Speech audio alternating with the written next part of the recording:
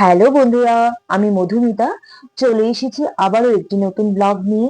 সাথে থাকুন, দেখতে থাকুন। এই মুহূর্তে আছি আমি উদয়পুর মাতা বাড়িতে, মানে ত্রিপুরেশ্বরী মায়ের মন্দিরে। তো যাই হোক, আমরা সকাল সকাল একদম স্নান টান করে হঠাৎ প্ল্যান হয়েছে, সাডেন প্ল্যান হয়েছে। প্রসেনজিৎকে বলছি যাবে, প্রসেনজিৎ বলছে যাবো, তো সবাই মিলে আমরা কি করলাম, বেরিয়ে পড়লাম। তো সকাল সকাল মানে প্রস্তুতি নিতেই হবে, মায়ের বাড়িতে যাব মানে কি একদম ফ্রেশ হয়ে স্নান টান করে আমরা বেরিয়ে গেলাম। তো গিয়ে পৌঁছে গেলাম, পৌঁছার পর কি করলাম, ওখানে অনেক প্যারার দোকান আছে। মায়ের মন্দিরে যাব মানে কি প্যারা, প্যারা মানে কি বলতে গেলে মায়ের এখানে স্পেশাল ভোগই পেড়া। তো আমরা সবাই কি করলাম, পেড়া টেরা নিয়ে, এখানে মায়ের মালাও আছে, ফুল টুল দিয়ে মালা রেডি থাকে। তো আমরা এখানে আস্তে আস্তে করে মায়ের মন্দিরে প্রবেশ করে গেলাম। এখন মায়ের মন্দিরটা নতুন করে নির্মাণ হচ্ছে, মানে রেনোভেট হচ্ছে বলতে গেলে। মানে খুব সুন্দর, মানে অন্যরকম, আগে যেরকমটা ছিল একটু অন্যরকম। যেহেতু কাজ চলছে ওখানে, মানে একদম সেইভাবে প্রস্তুতি চলছে। যাই হোক, আমরা মায়ের মন্দিরে প্রবেশ করে গেলাম, আমরা পুজো টুজো দিয়েছি। মানে কি বলবো, এত লোক ছিল বলার মতো না। তো এখানে আমরা পুজো টুজো দেওয়ার পর আমি কি করলাম, ধূপকাঠি মোমবাতি ছিল তো ওই একটা সাইডেই থাকে এটা, এখান থেকে মাকে আমি প্রণাম করে নিলাম, ওখান থেকেই দেখিয়ে নিলাম। দেন কি করলাম, মাম্মা তো তখন আমার পাশেই নেই, ও তো ওদের সাথে সবার সাথে ছোটাছুটি করে ওর খেলতেই লাগবে। তো সব সেরে টেরে কি করলাম। হ্যালো বন্ধুরা, অনেক রোদ আজকে।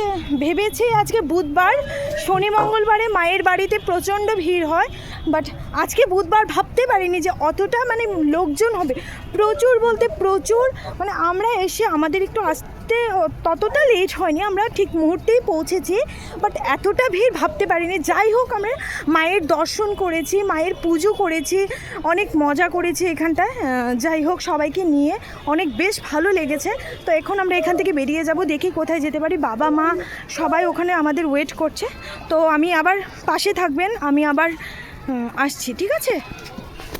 তারপর ভাবছি মাম্মা যখন ওখানে খেলু করছে, খেলু করুক, ও এত ছুটে খেলু করবেই জানা কথা। এই যে রাঙ্গাদা ওকে ফলো করছে, সবাই ওকে ফলো করছে, বাট ওকে ধরলে কোনো লাভ হবে না, ও সবার পাশে থাকবে না, ও ছুটে খেলতেই চাইবে। ও যখন খেলছে খেলতে থাকুক। আমরা তারপর কি আছে, নিচে ওই সাইডে মেলা টেলা আছে, আমরা সবাই মিলে মেলা ঘুরছি, দেখছি ভালো করে। অনেক দোকান আছে, দোকান টোকানে আমরা গেলাম, দেখতে পাচ্ছি কত লোক। আমরাও ঘুরছি, সবাই মিলে ঘোরাঘুরি করছি। তো আস্তে আস্তে আমি কি করলাম, মার সাথে আবার ঘাটে চলে আসলাম। তো ভাবছি কি করব, আমার খুব ইচ্ছে ছিল মাম্মাকে ওখানে মায়ের ঘাটে মাম্মাকে একটু স্নান করানোর। তো মনে মনে যেহেতু প্ল্যান করে নিয়েছি, তো মাকে বলেছি, তো ঠিক আছে, বোনও ছিল পাশে। তো আমি কি করলাম, ঝটপট করে মায়ের ঘাটে যেহেতু আছে, তাই মাম্মাকে আমি কোনো ড্রেস রাখিনি শরীরে, ও মামার গায়ের মধ্যে। তো মা আছে, মা এটা চিন্তা করে নেবে, কালী মায়ের কথা বলছি। তো যাই হোক, আমি ঝটপট করে মামাকে ওখানে চান করিয়ে আমরা এখান থেকে আস্তে আস্তে মামাকে সারিয়ে নিলাম, যেহেতু মাম্মার জন্য আমার একটা ইচ্ছে ছিল। তারপর একজন একজন মাসিমণি আমাকে বলছে ফোঁটা দেওয়ার জন্য, তো আমি ফোঁটা দিয়ে দিলাম। তারপর আমি দেখলাম ঘাটের মধ্যে গিয়ে এক মাসিমণি কি করছে, মানে এখানে মায়ের ভোগ সাধারণত মাংস প্রসাদ।